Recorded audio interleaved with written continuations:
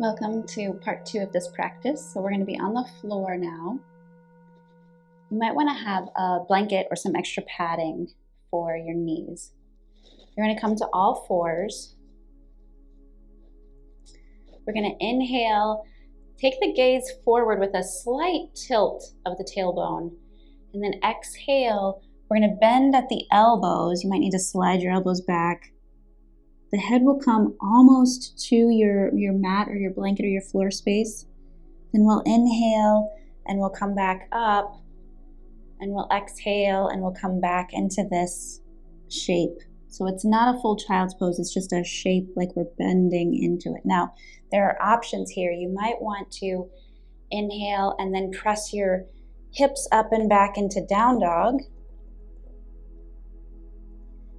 Doing that variation, then you would inhale, come back to the knees, and maybe alternate with the child's pose. You could also come to plank pose, and you might need to adjust your hands or your toes, plank pose, and then find down dog by lifting the hips. And then coming to knees, and then back towards the child's pose. So again, I'm encouraging you to play around and find variations that serve you.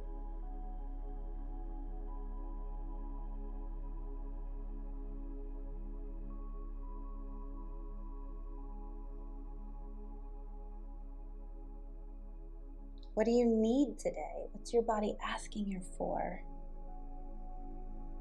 Where does your breath feel free, and where does your breath feel maybe constricted?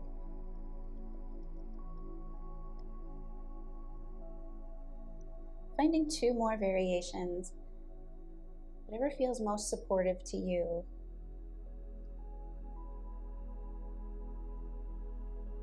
And then if you are looking for, in this moment you need more energy, I would say find a down dog, pause there, keep breathing, stay in the pose.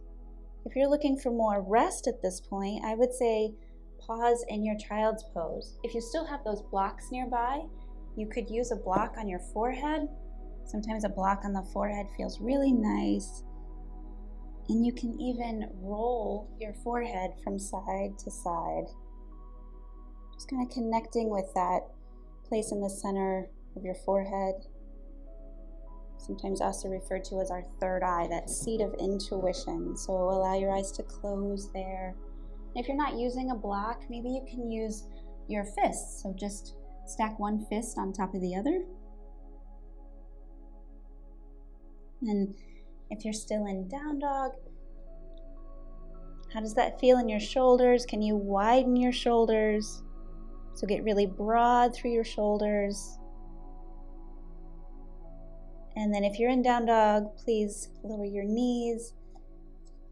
Sit on your heels just for a moment. How did that feel for you? So again, using these practices as a way to just check in with yourself and see how you're feeling. Maybe you did all down dog plank. Maybe you did all child's pose. It's up to you. It's your practice. I'm just giving you variations.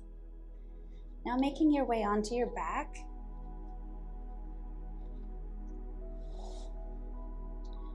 So knees are bent, feet are on the floor. Allow yourself to come down onto your back. And align yourself for bridge pose. And again, I would suggest if you have a block, it's a great prop to use for many poses. So for bridge pose, you would just put it between your thighs. And then this, when you come up into bridge pose, is a great way. You can't cheat. You cannot cheat when you have a block between your legs. So press into your hands, lift your hips up, press into your heels, squeeze the block. If you don't have a block, then imagine you have a block. So squeeze the imaginary block. Breathing here, so we're holding in this pose, we're not holding our breath. So again, creating that challenge, allowing yourself to feel that heat and that challenge, that will help build that window of tolerance. We're using the body as a resource to build our resilience. And when you're ready, slowly exhale your way out of the pose.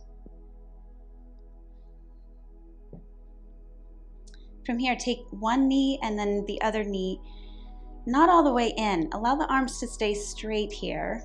This will feel nice, hopefully, for the low back.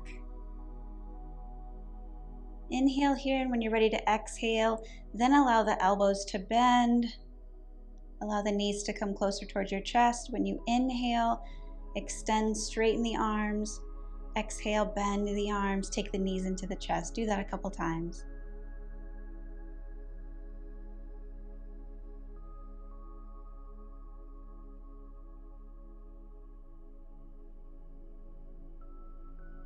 And when you're ready, release one and then the other. And then separate your feet. So if you are working with a mat, they're going to be about mat width is where your feet will be. And then we're going to rotate both of our knees over to one side. Now, if you have sciatica, you would not want to go very far in this, or maybe you don't do this pose at all, but just listening very intently to your body. So when you start to take these knees over to one side, they don't have to end anywhere. So we're just allowing them to fold so that we can start to feel the opening across our legs. We worked our legs pretty strongly in those standing poses. So it's nice to give them this end relaxation stretch, if you will, but we're reaching. So with yoga, it's less about stretching and it's more about reaching and connecting with breath. We're doing top down and bottom up. So we're listening as much as we are sensing in. We're listening for those messages. And we're listening to the sound of our breath. So going back and forth. When you're ready to inhale, then allow the knees to come towards the center, and when you're ready to exhale, allow the knees to come to the other side. So I may be going too slow for your breath, or I may be going too fast for your breath at this point. But we're in connection because this practice brings us together. I'm giving you suggestions of sensations, but hopefully you're listening to the sensations that you're noticing in your practice.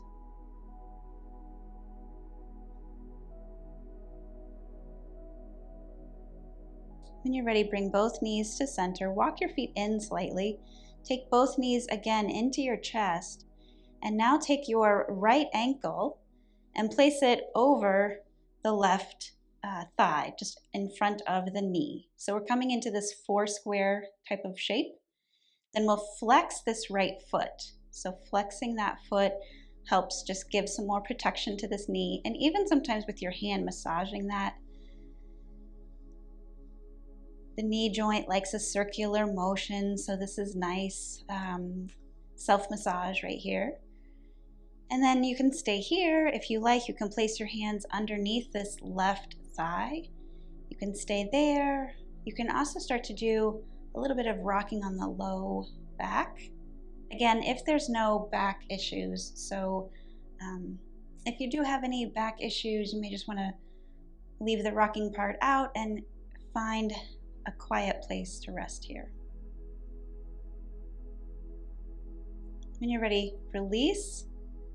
And then maybe you give this right thigh a little squeeze. And then stretch it out. So let it go long. Feel that length. And then drag that heel back in. We'll bring both knees into the chest again. And then we'll switch, taking the left ankle just on top of the right thigh. This right here might be enough. Now remember, two sides, so they could feel completely different.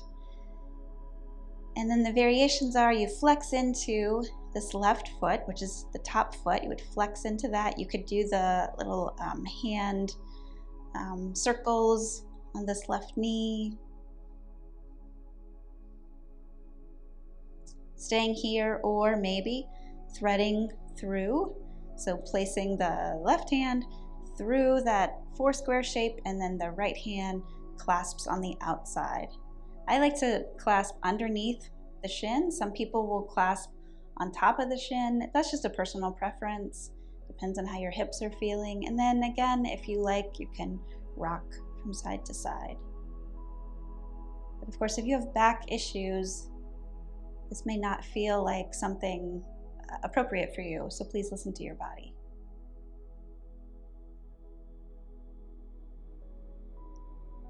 Tune into your breath again.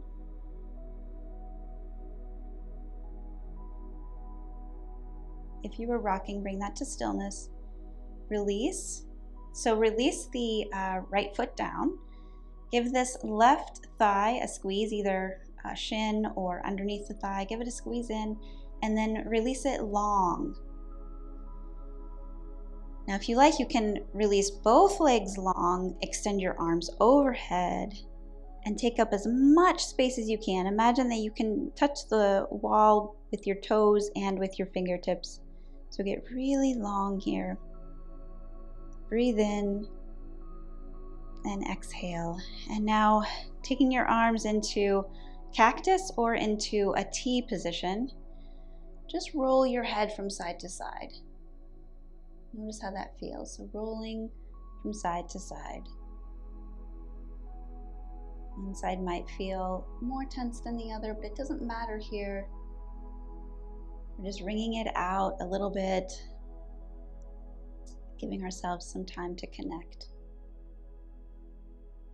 Now, if you have time to stay in this relaxation pose, I invite you to do that. The deep rest is another one of our practices that helps us build the resilience. So sometimes we need just 2 minutes of deep, uninterrupted rest. If you are not so fortunate to have that opportunity right now in this moment, at this point, then you would drag your heels, placing your feet flat underneath you. You're still going to take a slow pace, so you're still going to do this in a way as if you had all the time in the world. There's no rush. You're going to roll to your right side and then use your bottom arm as a pillow for your head and just curl up on your right side. Take your time. Then you'll take your left hand as a brace. You'll extend the top leg. You'll press yourself up. Allow your head to come up last. Take all the time you need here. And when you come up to seated, again, take a moment to pause here. Give yourself that opportunity to coordinate with everything you just did. That's the therapeutic benefit. We're not just rushing from thing to thing to thing, but we actually take a moment to integrate the practice into our life. And so whatever you're feeling now, that's the genuine person that you are. Now you can bring that person into whatever's next for you. So thank you for practicing with me. Be well.